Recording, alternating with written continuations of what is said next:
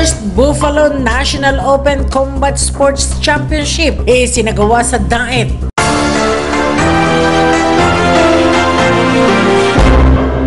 Humarap sa sesyon ng Sangguniang Bayan ng Daet si Marlon Malaluan, founder ng Warriors MMA Academy, upang magpasalamat sa mga tumulong sa kanyang mga estudyante na lumaban sa ginanap na First Buffalo National Open Combat Championship noong February 4 taong kasalukuyan sa SM City, Daet. Para sa detalye ng balitang yan, narito si Tess Kalimlim. 3 kategorya umano ang kanilang nilabanan na kinabibilangan ng wrestling, jiu-jitsu at kickboxing. Ipinakilala at ipinagmalaki nito ang kanyang mga estudyante na nag-uwi umano ng mga ginto at pilak na medalya. Hiling nito na sana'y mabigyan ng pagkilala ang mga kabataang nagwagi at sana'y mapagkalooban rin ng mga incentives, lalo pat meron naman ani ang ordinansa hinggil dito. Kasama ko po yung mga atleta natin na nag-kamit ng gold, silver, mga medals sa ginanap na National Open Buffalo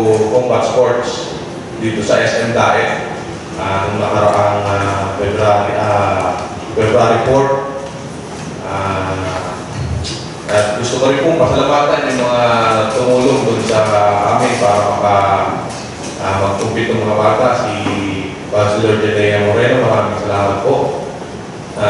Kay Councilor Eliza Jovic, thank you po. Kay Vice Mayor Ray Parali, maraming salamat po. Dito po sila para magkanuli pakilala.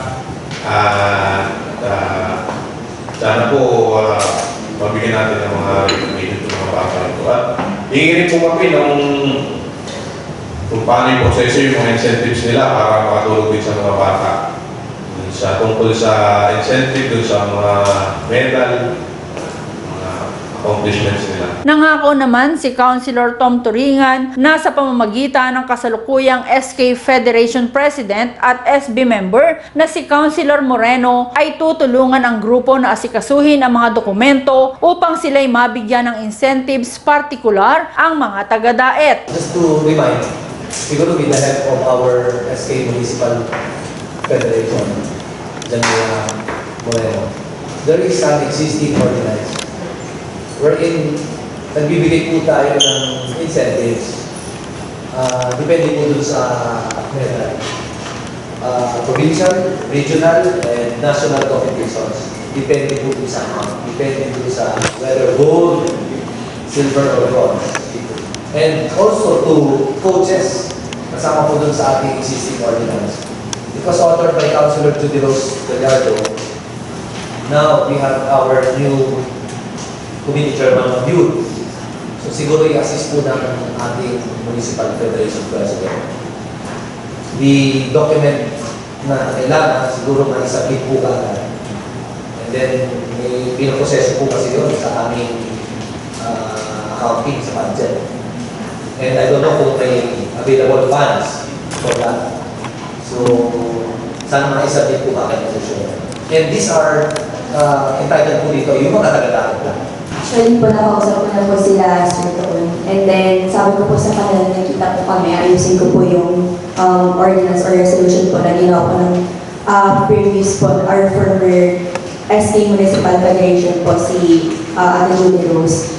And ayun po, ipapaayos ko na po kami. Sa kabilang dako, humarap din sa nasabing sesyon ng Sangguniang Bayan ng Daet si Fire Marshal Inspector Socorro Tabanyag, Acting Municipal Fire Marshal ng Bureau of Fire Protection Daet, upang mag-follow up ng hinihiling nilang pagtatayo ng permanent fire station sa munisipalidad. Kailangan umano ng lupa na may sukat na 1,000 square meters upang mabigyang daan din ang modernisasyon sa kanilang hanay. Paliwanag nito, humiling na sila ng ambulansya sa tanggapan ni 2nd District Representative Rosemary Panotes, ngunit hindi umano maipagkaloob sa kanilang tanggapan dahil sa kawalan ng permanenteng fire station. Ako po ay nandito naman, muli kong pumili na tulong sa inyo lahat na ito po ay mag-follow up naman po sa mga previous request po ng mga municipal fire marshals natin na ang fire station po sana ay magkaroon ng permanenteng fire station.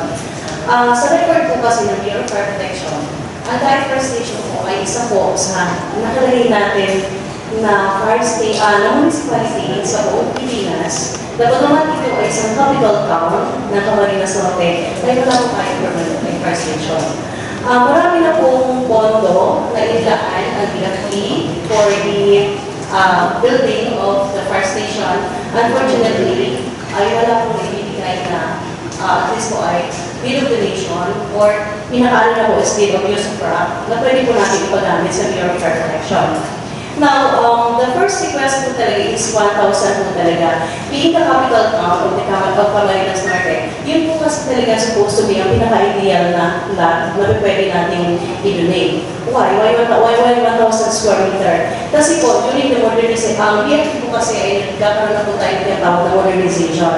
In the near future po kasi, as of now po kasi, the BFP has, ang BFP dahil po ay may tutong fire trucks po tayo. And we will be having the ambulance po in the near future kasi nag-request po kami kay Congresswoman ng isang ambulance. And then the BFP will be giving also another ambulance for that purpose dahil po sa modernization. And meron pa rin po tayong rescue truck at magkakaroon din po ng fire road. Yun po yung mga nakaprogram natin sa modernization. The problem po here is that the BFP diet will not be able to receive this kind of modernization equipment kasi po wala po talaga tayong fire station. Kaya po sa ako po, tumatay po sa inyo, tumingin po ako ng tulong sa inyo, na sana po sa pagkakataon ito ay mapagbigyan niyo po ninyo kami na pagkakataon na ang lahat na Camarines Norte po ay magkaroon na po ng tinatawag natin na direct fire station, which is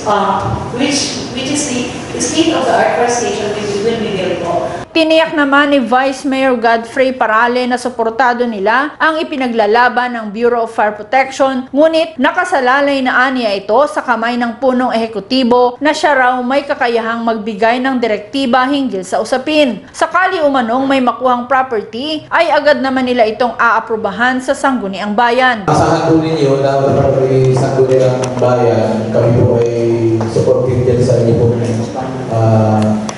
pinaglalaban niya na gusto mangyari. Kung halimbawa po na meron ng directive lang from the Chief Executive, kung halimbawa may nakulang kami resolution, giving him the authority to enter into contract or say or use of or whatever. So, kami po ay laging sabi nga ay gagawin po namin yun.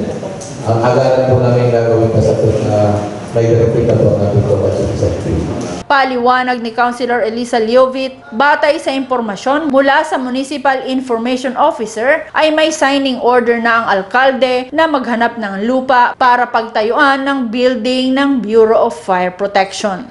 As per info po from our Municipal Information Officer, patuloy po sila, may standing order po si Mayor na maghanap po ng lupa talaga para po sa pagtatayuan ng building ng Bureau of Fire Protection. Kaya po sa kasalukuyan po ngayon, naghahanap pa rin po sila ng appropriate na land po para po sa inyo. And paano na rin po inallocate na din na budget for that specific purpose.